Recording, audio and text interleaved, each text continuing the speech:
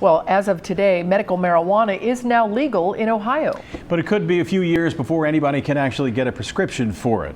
The rules for how it will be produced, prescribed, and distributed still are not in place, and it could take a year or two for them to be crafted.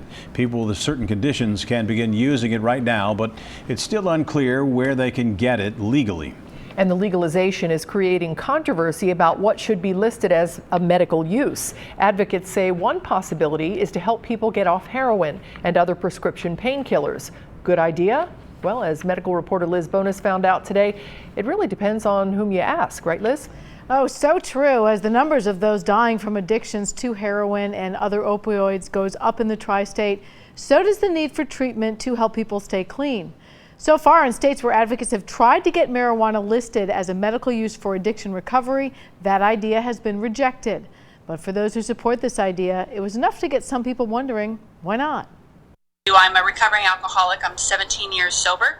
I also know that I cannot take prescription pain medication, anti-anxiety medication, because as an alcoholic addict, I know that I can't do that. Carrie Roberts, who we spoke to by FaceTime today, works for the company that helps people set up legal businesses to supply medical marijuana. The group supports the use of it to help people get off heroin and other prescription painkillers.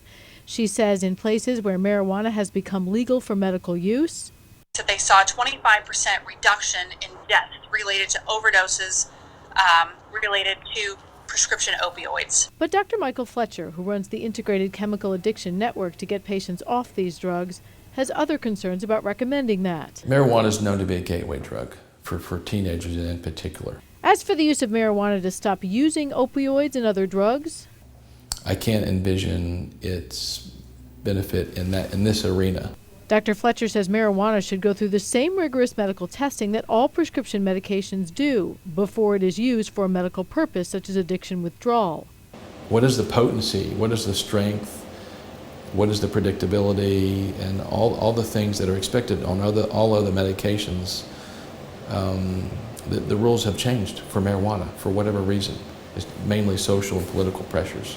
He says it's also important to note that switching to marijuana or any other drug won't cure an addiction that needs emotional, medical, and spiritual intervention.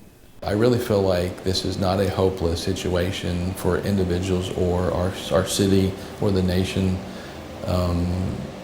Care is available, therapy does work, and the power of prayer works as well. I think the last couple things that Dr. Fletcher points out are really what's important. You got to look at medical therapy and clear scientific evidence that works with a team approach to treatment. Cam? All right, Liz, thank you. And the team at ICAN, where Dr. Fletcher treats patients, just got emergency status to expand addiction services. So if you or someone you love needs help, go to local12.com and click on the Get It Now links.